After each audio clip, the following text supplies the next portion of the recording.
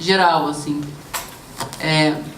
Para as cenas do crítico, eu acho que tanto o Mate quanto o Márcio Vito são as melhores pessoas para falar, porque o Mate foi quem escreveu as cenas, na verdade, e o Márcio ficou ali muito agoniado, procurando o que falar, como falar, porque, né, acho que o Matias e eu tínhamos uma preocupação muito grande de tentar não ser presunçoso no filme, porque os artistas são o tempo todo presunçosos e sempre quando a gente via isso numa tela, aquilo soava uma coisa muito artificial, assim. Então, como a gente, de alguma maneira, fica citando coisas, porque a gente está naturalmente citando coisas, mas sem ser um name dropping, né? Sem ser uma coisa que você está só citando para mostrar que, na verdade, você sabe, e sim porque faz parte do nosso cotidiano, eventualmente, citar uma obra de arte que nos influencia, assim. Então, foi um trabalho... O Márcio, você quer falar um pouquinho? Não? Ele fez, de fato, aulas de arte ao longo do processo de ensaio. Ele foi para... Né, a gente entrou em contato com alguns amigos, assim, que são críticos de arte. E aí ele assistiu aulas deles e conversou com essas pessoas para tentar construir um pouco esse lugar do crítico.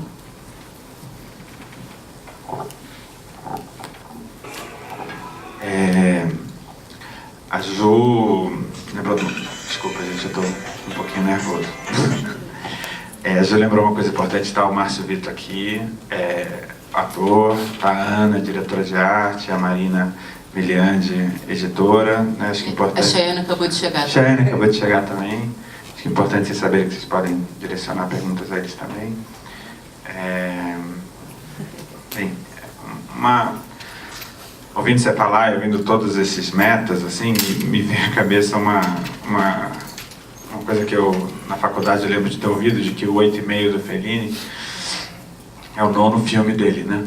E de que uma das teorias do nome tem a ver com ser um filme metalinguístico, e, portanto, 8,5, mas que tem a ver com um certo receio de que a metalinguagem pode retirar uma força, pode transformar algo em algo pela metade e não em algo inteiro, quando você começa a ser muito autorreferencial, em como que aquilo pode esvair, assim, uma força muito peculiar que as situações têm. E eu acho que esse foi um risco que eu e a Ju corremos escrevendo esse filme. E eu acho que o que, na minha opinião, nos defendeu bastante desse risco foi que a gente estava vivendo aquilo durante, sabe? Não foi uma situação no qual a gente teve uma relação e depois parou para pensar sobre aquela relação. A gente começou a escrever, a gente mal se conhecia, a gente estava no começo de um relacionamento e então o escrever foi alimentado pela nossa experiência mesmo. E eu acho que isso defendeu muito a gente de um intelectualismo excessivo, de um pensamento muito... O que nós queremos colocar aqui, o que isso representa e tal. Muitas vezes era a ligação com o roteiro era muito pouco pensada, assim, eu acho. Eu acho que isso foi muito importante para o nosso processo.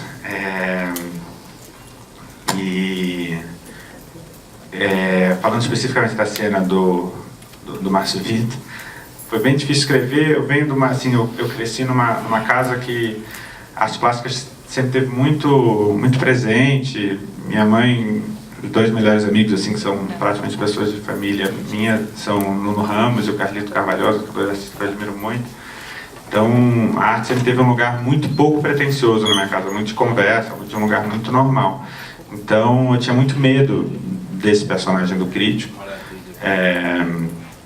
E eu tentei convencer, eu não sei se o Márcio sabe disso, espero que nesse momento não se ofenda, mas eu tentei convencer a Ju, na época, de que achava que não devia ser um ator, de que a gente pensou eu queria convencer ela a ser o Rodrigo Naves, que é um crítico que é amigo, e tudo isso que eu achava que ia ser muito difícil conseguir dar esse clima,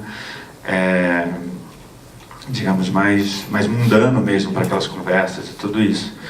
E o Márcio conseguiu isso. Achei isso muito impressionante, assim, vendo depois da coisa pronta, quando eu vi o filme realmente 100% da primeira vez, me deu um alívio tão grande, assim, foi tão, enfim, importante dizer isso, assim, de perceber que não tinha aquela pretensão, de que não tinha aquele lugar de uma fala de como os artistas são percebidos no cinema, né? A gente viu um filme, enquanto a gente estava pesquisando, que era um filme do...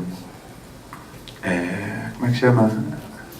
O Nova York, o Conto de Nova York, é um filme do... não é do Coppola, é do Scorsese, sobre um artista plástico em Nova York, e ele era um artista de tela, e ele jogava tinta assim, de um jeito meio poloquiano. Eu lembro que aquilo, pra gente, foi tudo que a gente não queria se utilizar da representação da arte no cinema, ou seja, uma representação como se aquilo realmente fosse um show, fosse um espetáculo.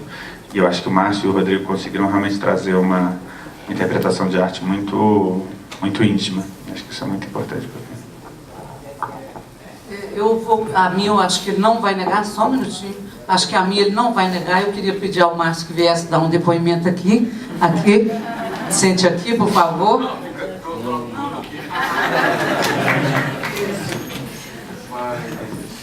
Essas aulas foram incríveis, claro, dá vontade de fazer o possível.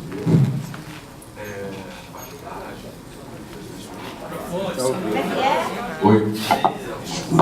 Então essas aulas foram super incríveis, deu muita vontade de continuar fazendo elas. Eu não lembro, infelizmente, o nome dos caras. Era um cara, Alexandre Saí e Pedro Duarte, que eram incríveis na PUC, no Parque Lage. Eu tenho um amigo, né, que morei com um cara que tem essa argumentação crítica o tempo inteiro, embora eu não visse ele nunca dentro de casa. Essa relação estava ali por outros lugares e tal.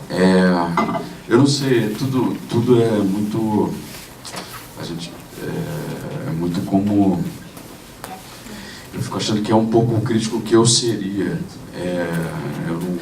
Eu quando vejo, eu não reconheço muitos críticos que eu conheço.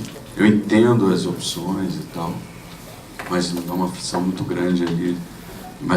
E ao mesmo tempo dá um alívio que ele ficou aliviado, que ontem o Juliano disse que se sentiu representado, agora você também e tal.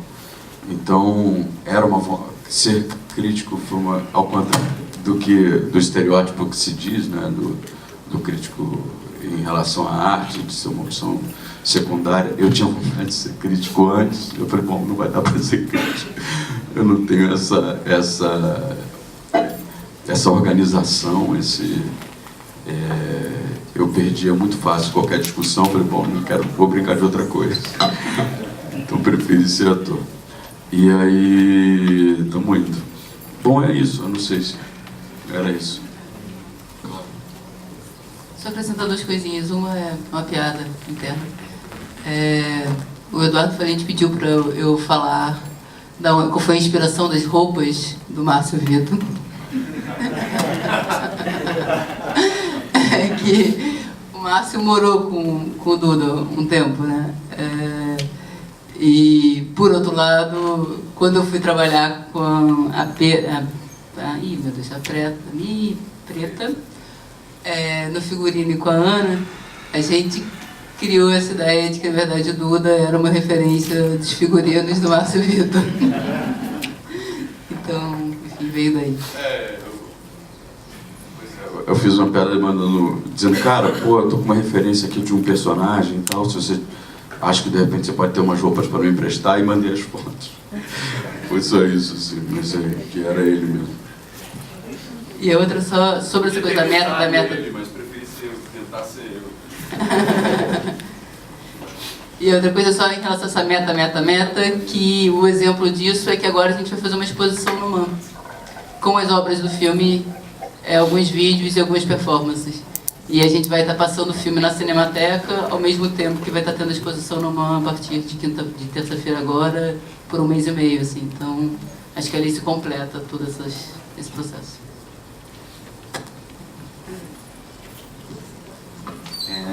As referências, elas não eram especificamente estas que você falou.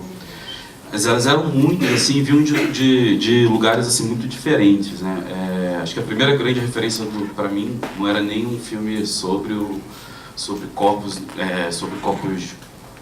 gays, enfim, era um curta chamado Sal Grosso, de um rapaz que estava filmando um churrasco numa laje, ao longe também, usando uma tele. E ele dublava esse churrasco com os diálogos, enfim, dos filósofos gregos.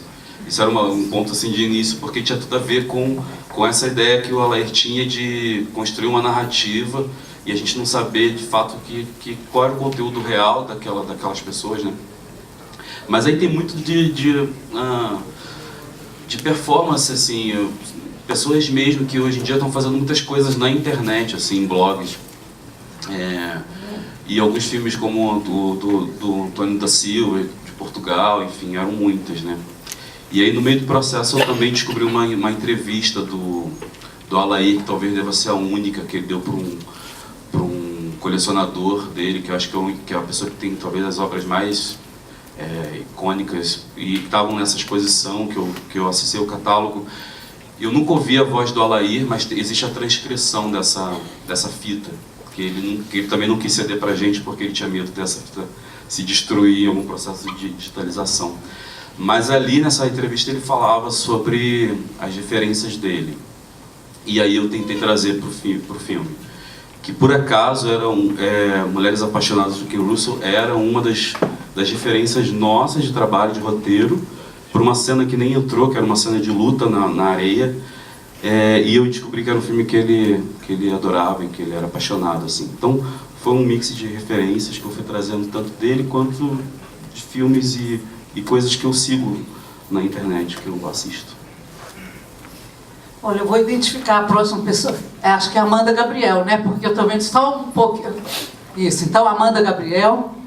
Olá, boa tarde. Tentar organizar aqui a